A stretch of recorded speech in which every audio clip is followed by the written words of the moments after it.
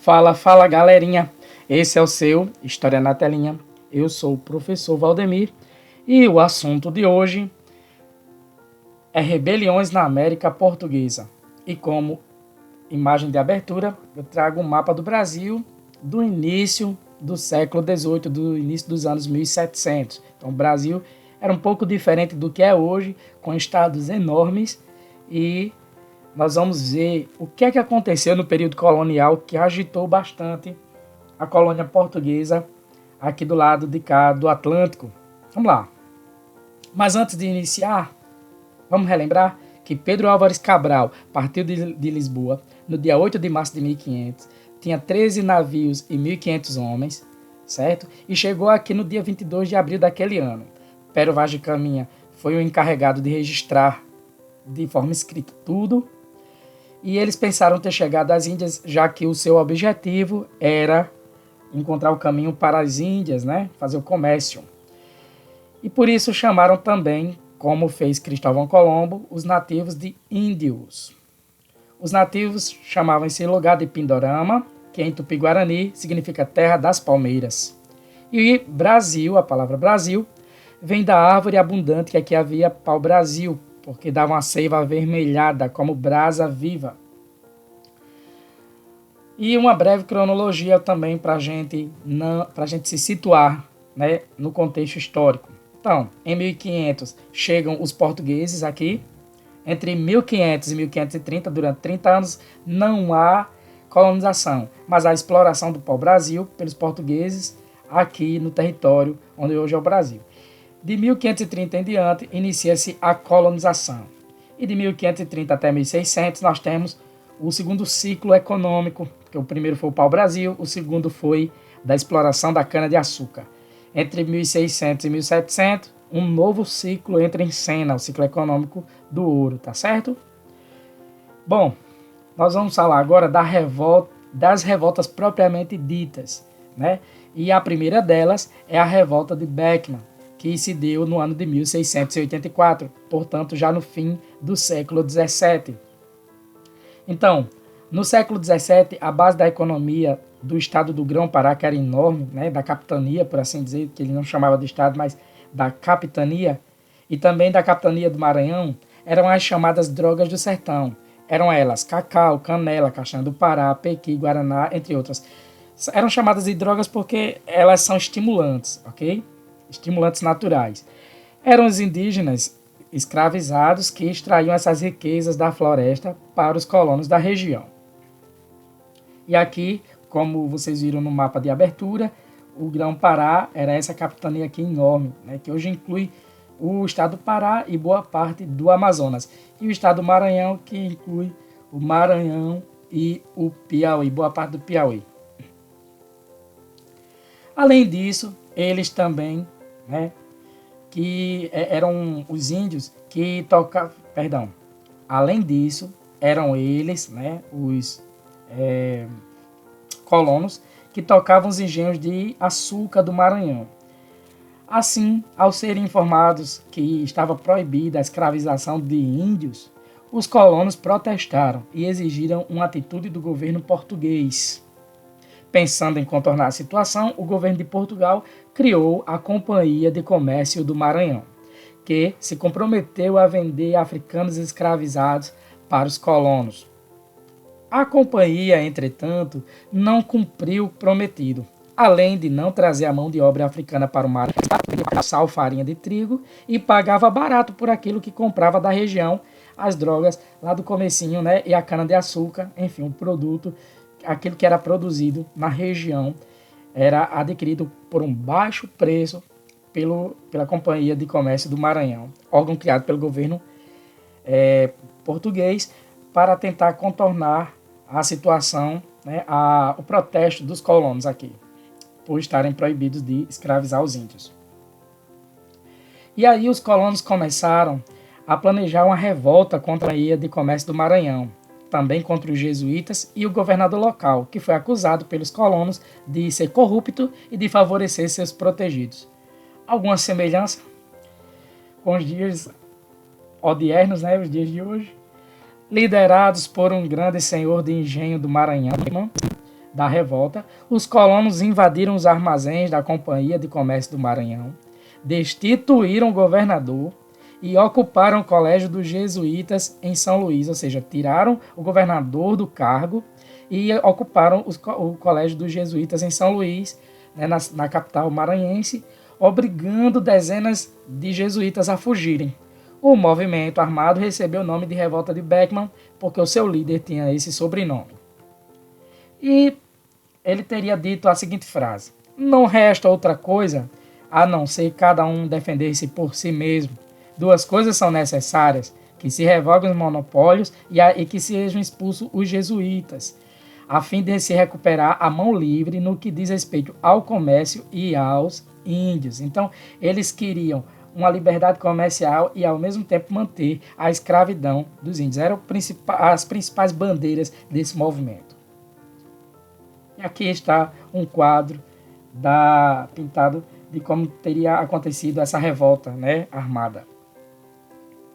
O governo português reagiu prontamente, enviando soldados ao Maranhão, que reprimiram os rebeldes e condenaram seu principal líder à morte de forca. Tá? Então, Manuel Beckman foi condenado à morte de forca.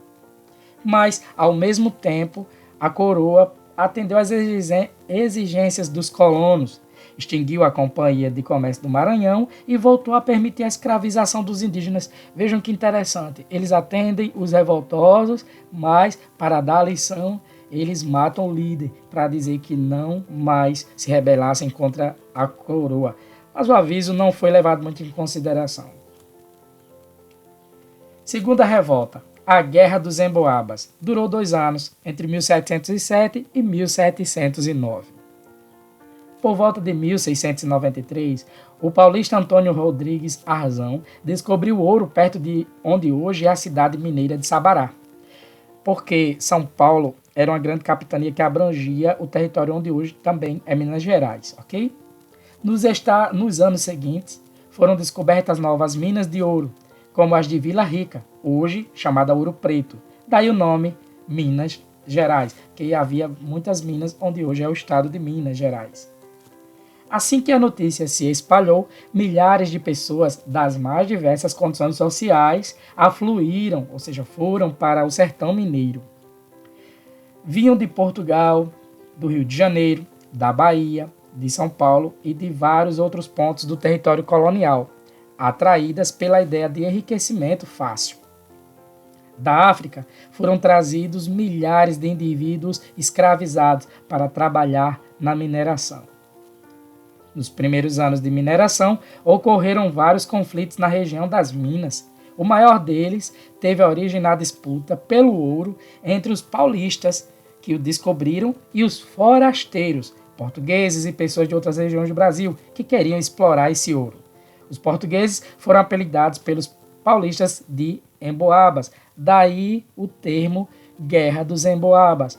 Era uma guerra que disputava o ouro de uma mina, tá?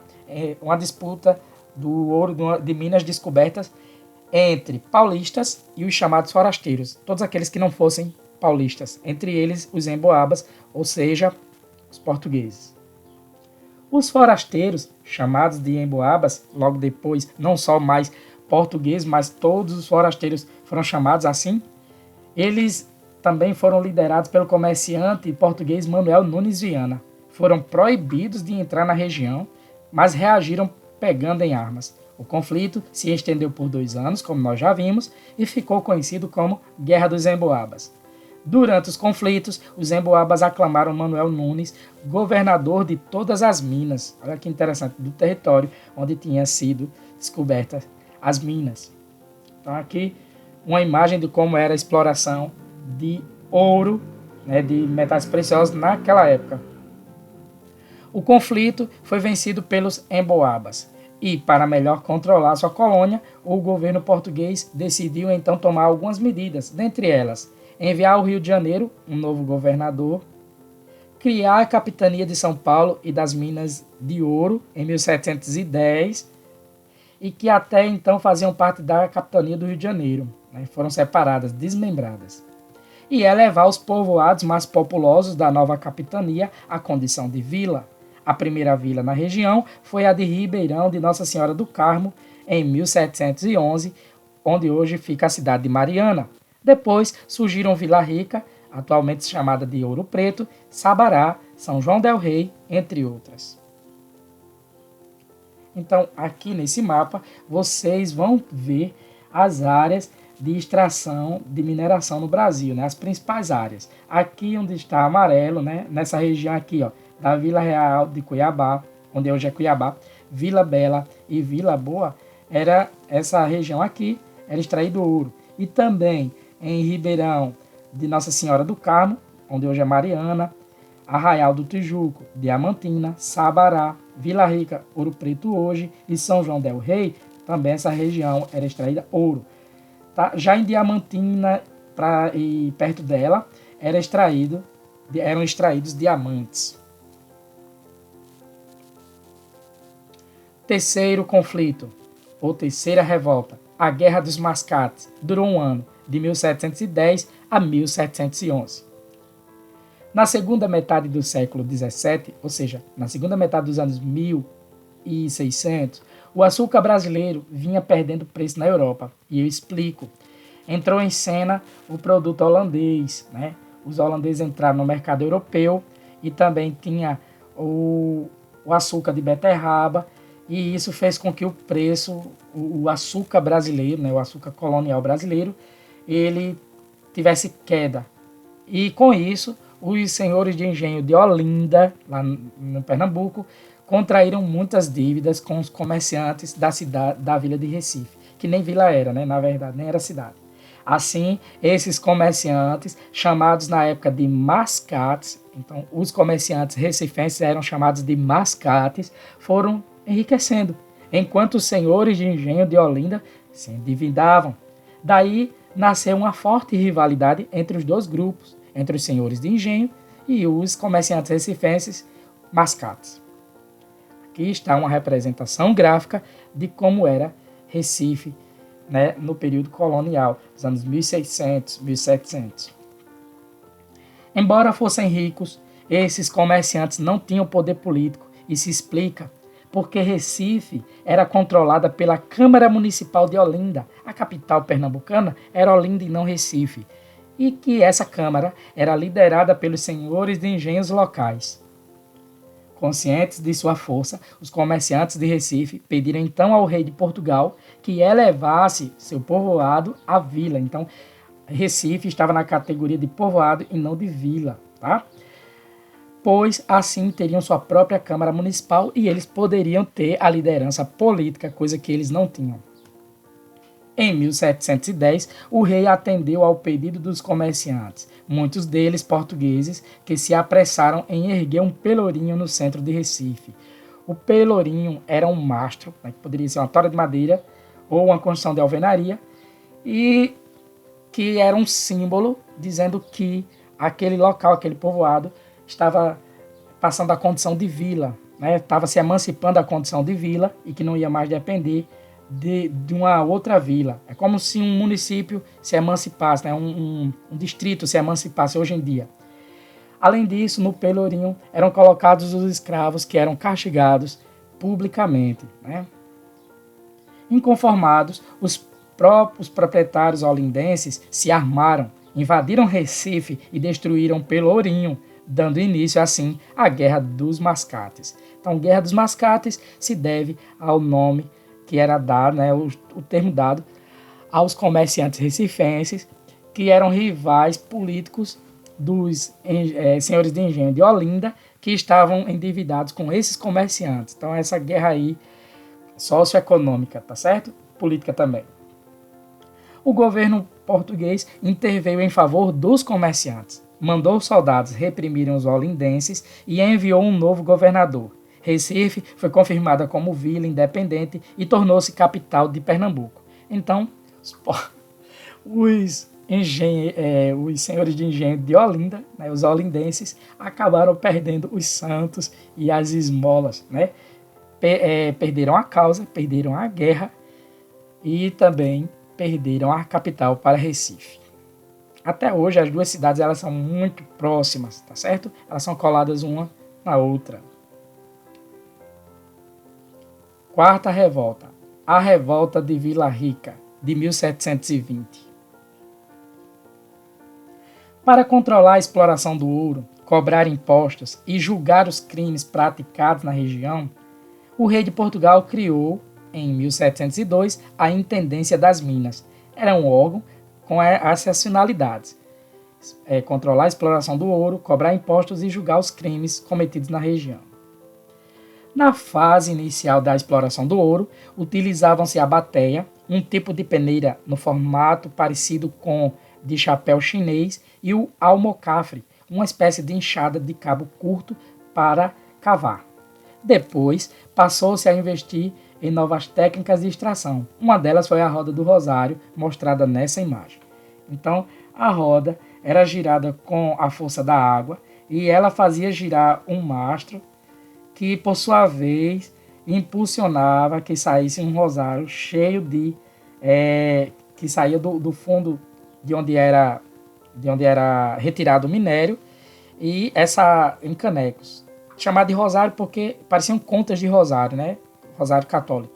Então, uma vez acionada essa roda, girava-se o rosário. Ele era também acionado aqui, e assim ele ia girando e passando pelo fundo, retirando a água e depois com o minério, cascalho, enfim, e depositando num recipiente. Impostos e mais impostos, nem parece com os dias de hoje, né?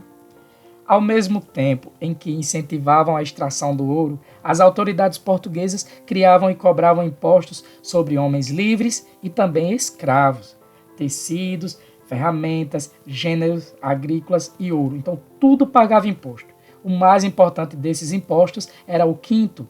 O quinto equivale a 20% de todo o ouro extraído. Então, a cada quilo, né, a cada 1 quilo de ouro, ou seja, 1.000 gramas, 200 gramas eram da coroa portuguesa, o quinto.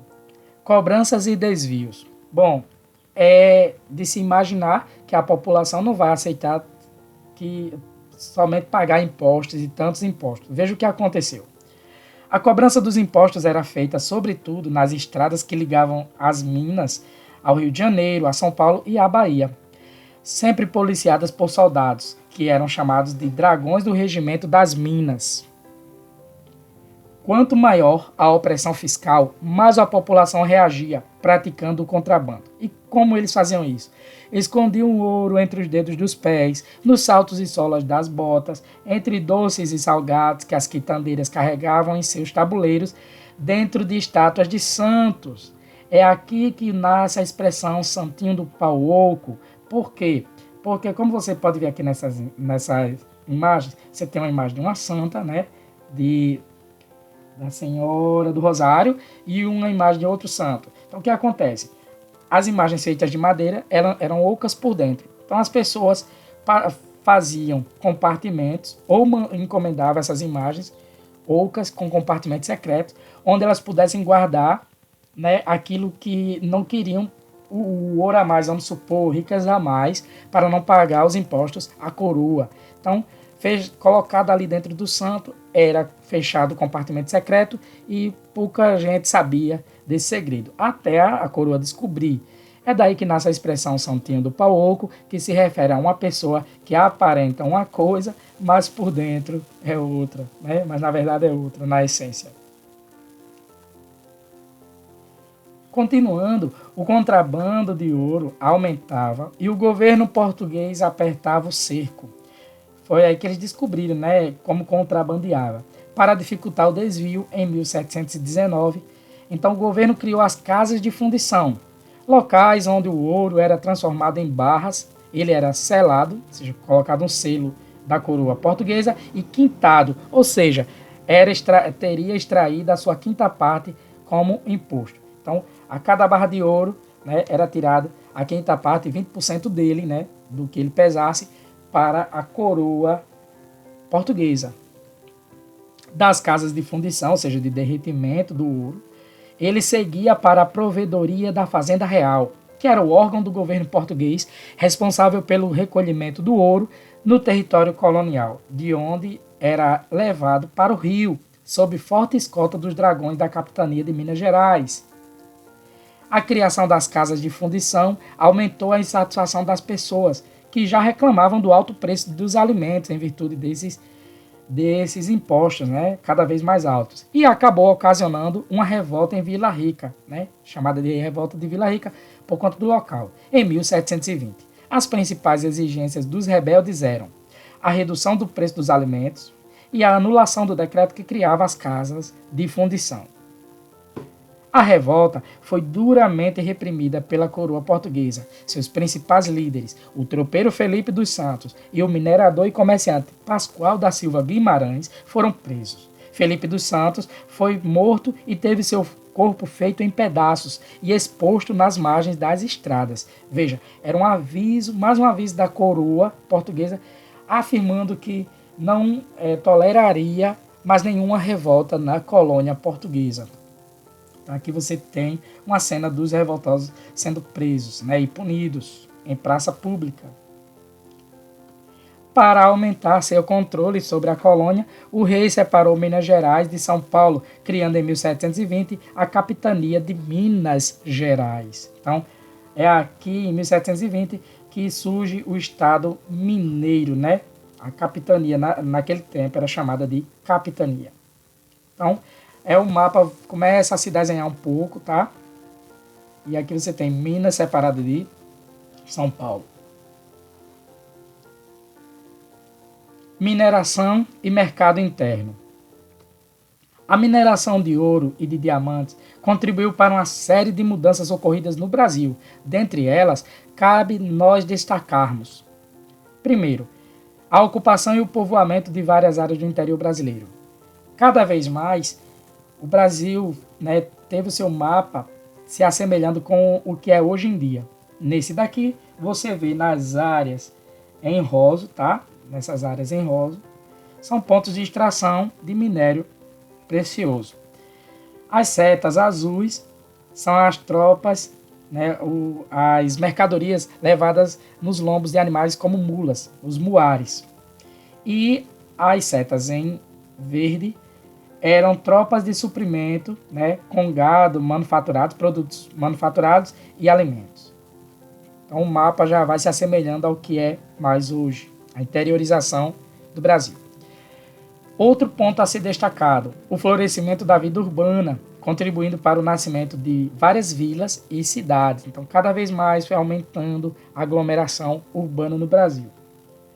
Terceiro ponto, a mudança da capital de Salvador para o Rio de Janeiro em 1763, único porto, que era o Rio de Janeiro, por onde o governo português permitia que se embarcasse o ouro. Então, a mudança da capital de Salvador, que foi a primeira capital brasileira, para o Rio de Janeiro, a segunda e a terceira hoje é Brasília, né? Isso foi devida a essa questão, principalmente econômica. Foi política, mas foi sobretudo econômica, pois era somente do Rio de Janeiro que a coroa portuguesa confiava que o ouro fosse embarcado para Lisboa.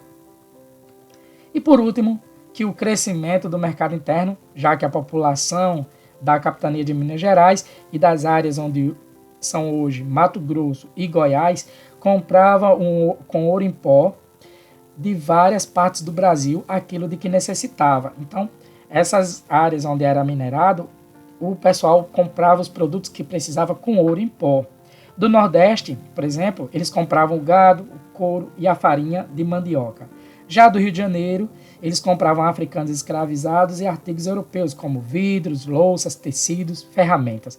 E de São Paulo, eles compravam milho, trigo e marmelada, né, um tipo de doce.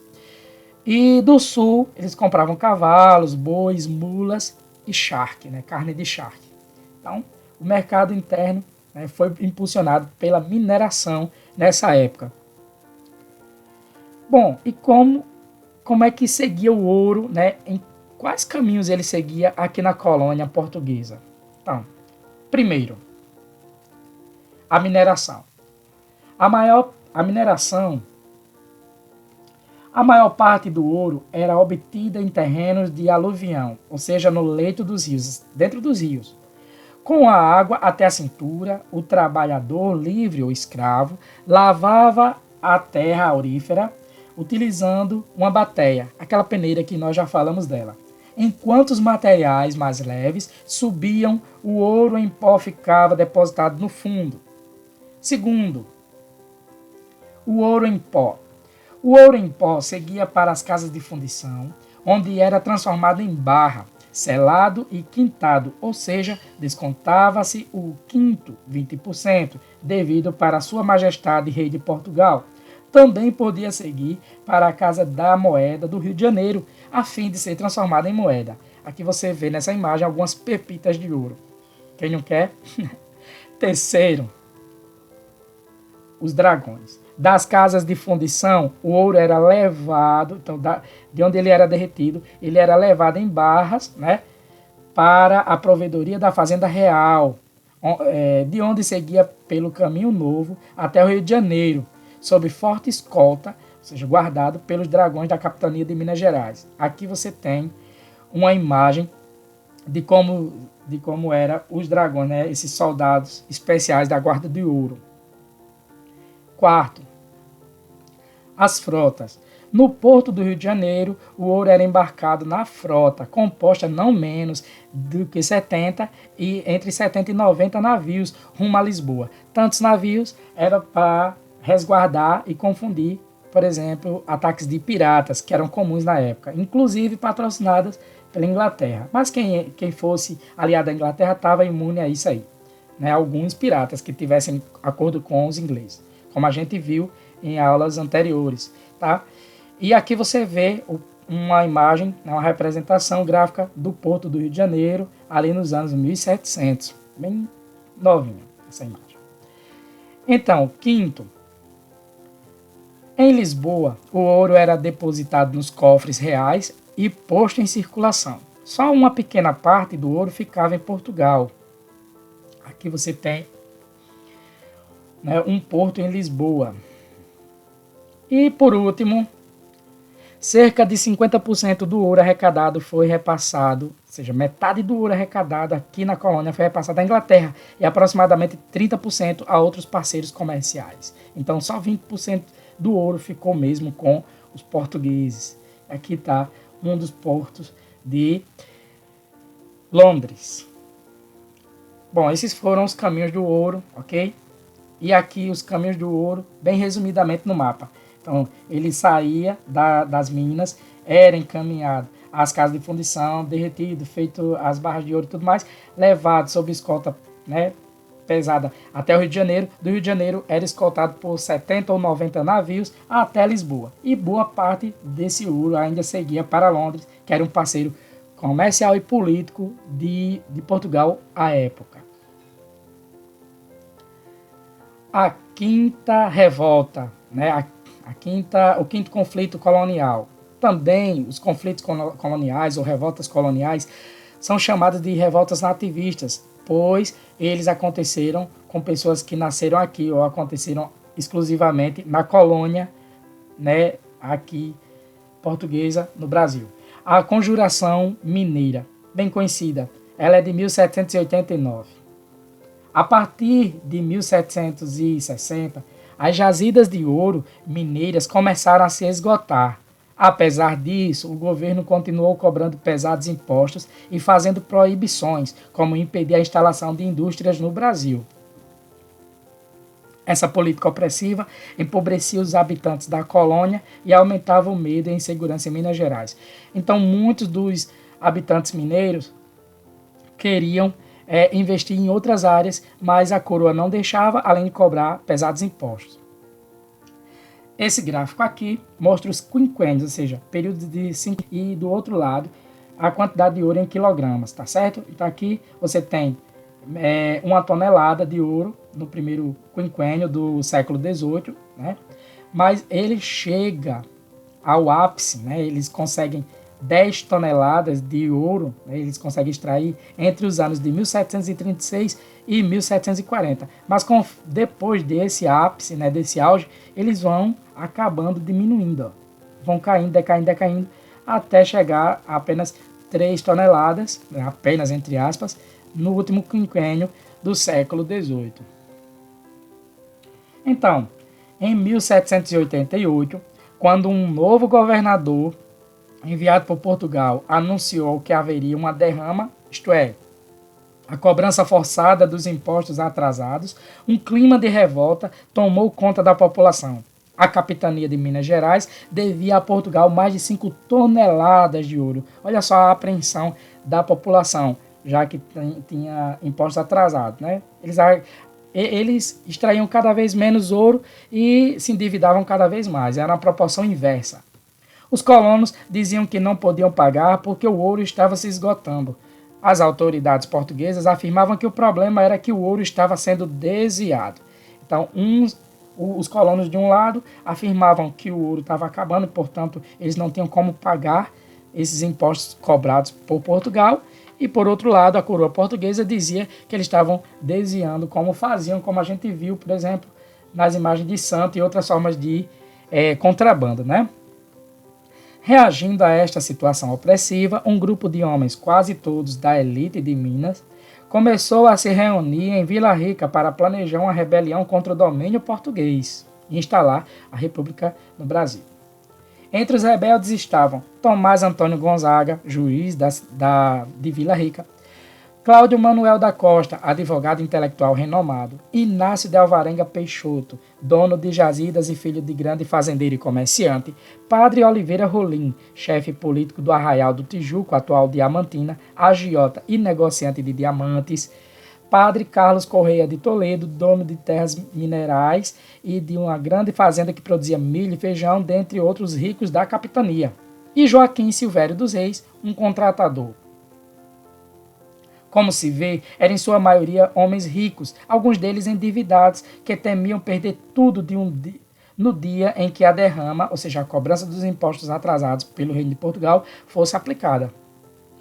Entre eles estava também um homem que tinha sido dentista prático, ou seja, um dentista que operava, extraía os dentes por necessidade do momento, mas não era formado médico, ele não era dentista de formação. Ele também tinha sido tropeiro, comerciante, que levava as suas cargas em lombos de animais, garimpeiro e que aos 30 anos tornara-se militar. O alferes, que hoje seria um segundo tenente, Joaquim José da Silva Xavier, conhecido por todos como Tiradentes, por conta que ele extraía dentes, ok? Então aqui, Tiradentes. Os conjurados, tá? Conjurados porque eles fizeram um juramento, de instalar a república e eles compartilharam esse juramento. Então, os conjurados, eles defendiam a independência de Minas Gerais, a proclamação de uma república com capital em São João del Rei, lá em Minas Gerais, núcleo agropecuário que mantinha intenso comércio com outras regiões brasileiras, e a criação em Vila Rica de uma universidade e de uma casa da moeda para controlar a emissão de dinheiro. Então, eram essas as reivindicações dele. Independência de Minas Gerais, proclamação da República, deixando de ser colônia e deixando de seguir ao rei de Portugal, que mais? A criação de Vila Rica e uma universidade e também de uma casa de moeda. A bandeira da República Mineira teria inscrição que é Libertas Quae, ou Quae, ou Que, não sei a pronúncia, Libertas Que Seratamen, que em latim significa liberdade ainda que tardia. Então, nos dias de hoje, a bandeira mineira ainda tem essa inscrição. Bom, parte dos conjurados era movida por ideias iluministas e de mudança. Outra parte, no entanto, tinha como único objetivo a suspensão da derrama, a cobrança forçada dos impostos em atraso devidos a Portugal. Os conjurados divergiam, por exemplo, quanto à escravidão. A maioria deles, senhores de terras, mineradores e grandes comerciantes, era favorável à continuidade da escravidão. Apenas Alvarenga Peixoto e o padre Carlos Correia de Toledo se disseram favoráveis à abolição da escravidão. A rebelião foi denunciada por vários indivíduos. Um deles, o coronel Joaquim Silvério dos Reis, contou o plano dos conjurados ao Visconde de Barbacena, o governador de Minas, na época, em troca do perdão de uma dívida que tinha com Portugal, e foi perdoado. Silvério dos Reis morreu rico quase 30 anos depois. Esse é o camaradinha aqui Um deles que entregou o esquema, né, dos conjurados, o segredo daqueles que queriam a proclamação da República no fim do século XVIII. De sua parte, o governador suspendeu a derrama e ordenou a perseguição aos envolvidos. Tiradentes e os demais conjurados foram presos. A rainha de Portugal, na época, Dona Maria I, ordenou a abertura de 2 processos, um no Rio de Janeiro e outro em Minas Gerais. O julgamento durou 3 anos, de 1789 a 1792, só se concluiu em 1792. 11 conjurados foram condenados à forca. Depois, as sentenças foram alteradas e somente Tiradentes foi condenado à morte. Os demais receberam a pena de degredo, ou seja, de exílio, e eles foram levados, né, à força para as colônias portuguesas da África. Tiradentes, no entanto, foi enforcado e esquartejado em 1792, e as partes de seu corpo foram derramadas pelo caminho que ligava o Rio de Janeiro a Minas Gerais, ficando sua cabeça em Vila Rica. A intenção da rainha era lembrar a todos o preço a ser pago por quem se rebelasse contra a monarquia. E esse é o famoso quadro de Tiradentes esquartejado, pintado pelo artista paraibano, o pintor areiense Pedro Américo. Então, Pedro Américo, ele pega, isso foi já no século XIX, e Pedro Américo ele se vale de informações de estudiosos da época, né, que viam em Tiradentes um símbolo da proclamação da República, que estavam descontentes com o Império, né, no Brasil imperial na época do século XIX, e queriam proclamar a República. E eles precisavam de um símbolo, e um símbolo é nada melhor do que um mártir, alguém que morre por uma causa. Tiradentes era esse cara, né? Seria esse símbolo. Mas mais do que isso, Tiradentes ele foi retratado, né, inclusive pelo pintor paraibano, como tendo barba, se assemelhando muito a Cristo, né? Alguém que se sacrificou por uma causa grande. E o que acontece mais é que, como Tiradentes, né, ele era militar, muito provavelmente ele estava asseado, ou seja, sem barba ou com barba quase rala, se muito tivesse, quando fora enforcado. Enfim, não há uma conclusão sobre a imagem ao certo de Tiradentes, tá certo? Então, essa imagem que se tem hoje se assemelha muito a Cristo propositalmente, porque os estudiosos da época que assim fizeram, né, do fim do século XIX, queriam um símbolo para a proclamação da República. Pois bem, essa foi a Conjuração Mineira.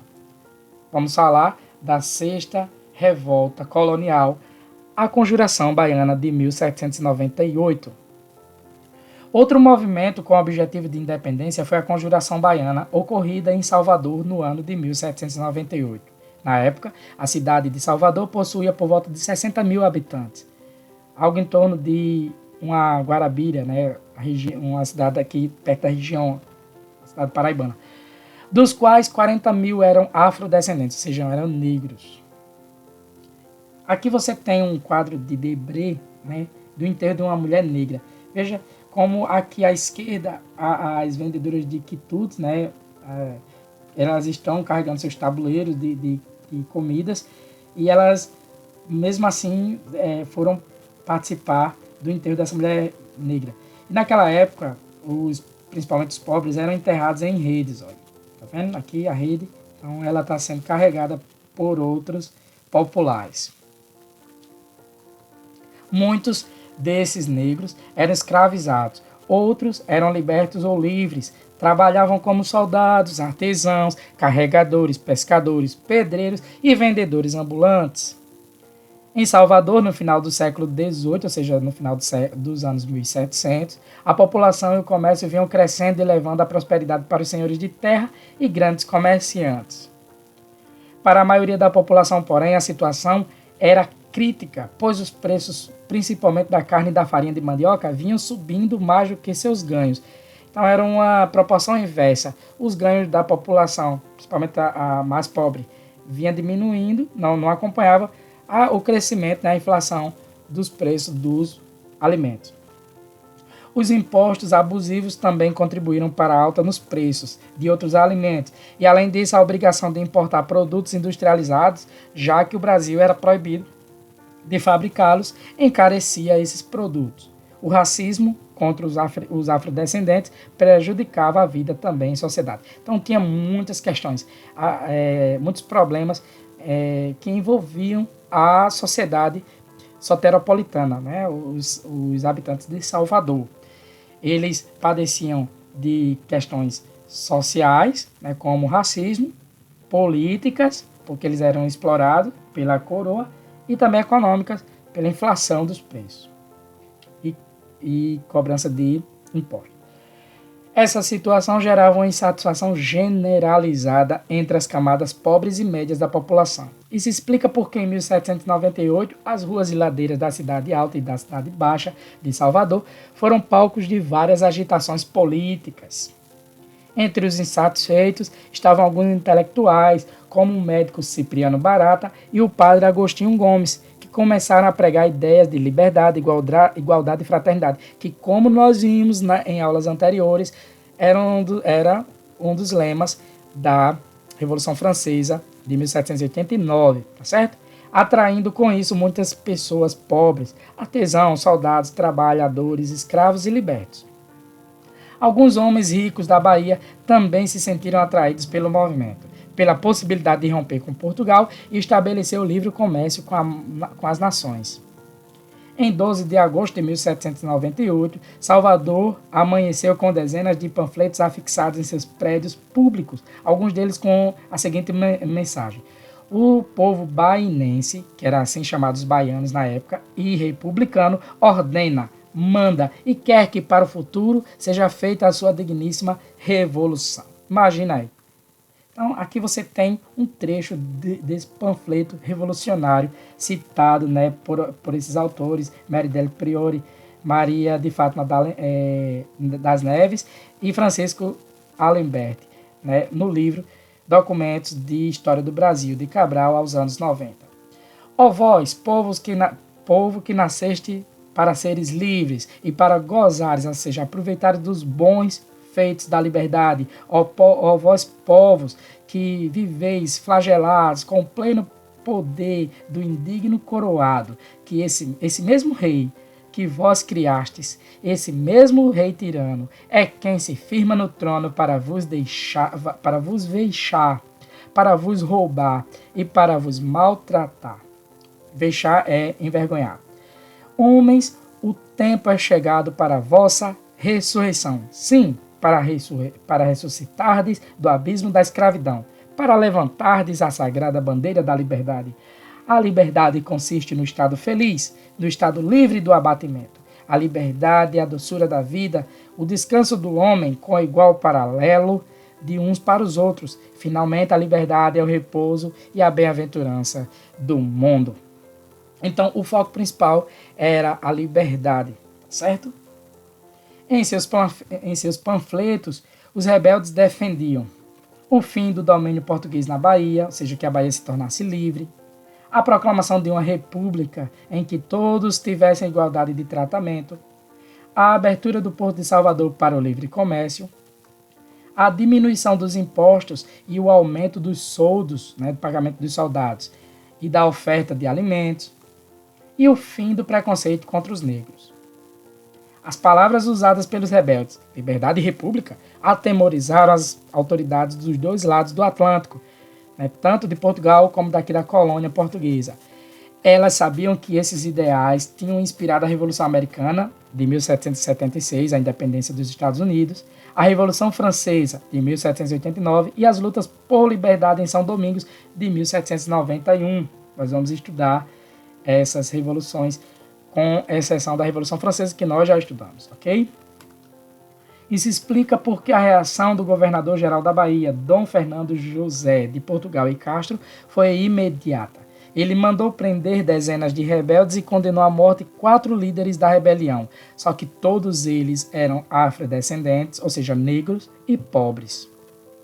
Em 8 de novembro de 1799, por ordem da rainha de Portugal, Dona Maria I, aquela que condenou os conjurados mineiros, os soldados Lucas Dantas e Luiz Gonzaga das Virgens e os alfaiates João de Deus e Manuel Faustino, todos filhos e netos de escravos, foram enforcados e esquartejados na Praça da Piedade, em Salvador. Vale aqui um adendo, tá certo? Um comentário. Essa revolta, a Conjuração Baiana, também ficou conhecido como Revolta dos Alfaiates, porque dois dos seus, né, dos enforcados eram alfaiates. Aqui, João de Deus e Manuel Faustino. Então, esses foram os 4 que sofreram, dezenas foram presos, mas só eles 4 pagaram com a vida, né? Lucas Dantas e Luiz Gonzaga, este aqui, o primeiro e o terceiro, eles eram soldados. Já Manuel Faustino e João de Deus eram alfaiates. Aqui está o fardamento, né, dos Henriques milicianos, dos quais eram soldados Lucas Dantas e Luiz Gonzaga.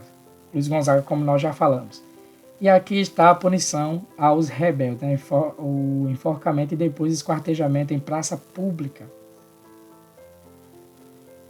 Bom, vamos agora fechar tudo que nós vimos. Nós vimos 6 rebeliões, 6 revoltas coloniais que aconteceram entre os anos 1600 e os anos 1700. Então, vamos ver quais foram.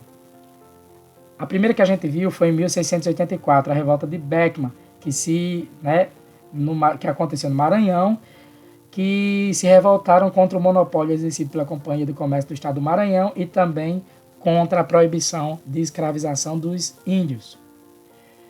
Depois nós tivemos em 1707 e 1709 a Guerra dos Emboabas no interior paulista pelo direito de exploração de minas recém-descobertas, que se deu entre paulistas, né, e emboabas, que eram os forasteiros, quem não era paulista.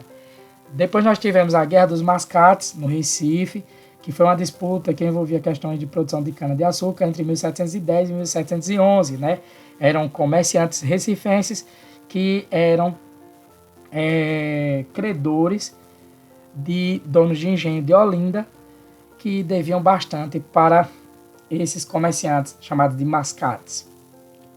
Tivemos depois a revolta de Vila Rica, em 1720, que combateu as casas de fundição instaladas pela coroa e a cobrança de impostos sobre a extração de minérios.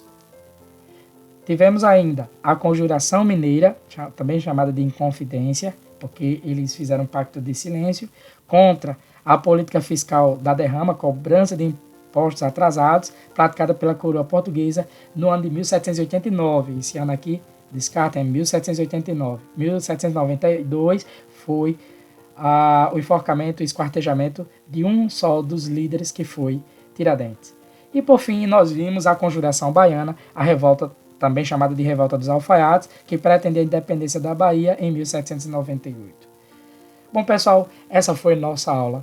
Eu espero que vocês tenham curtido, tenham gostado. Se tiverem alguma dúvida, volta, pausa. Não esqueça que estudar é preciso. Um forte abraço, fiquem com Deus e tchau, tchau.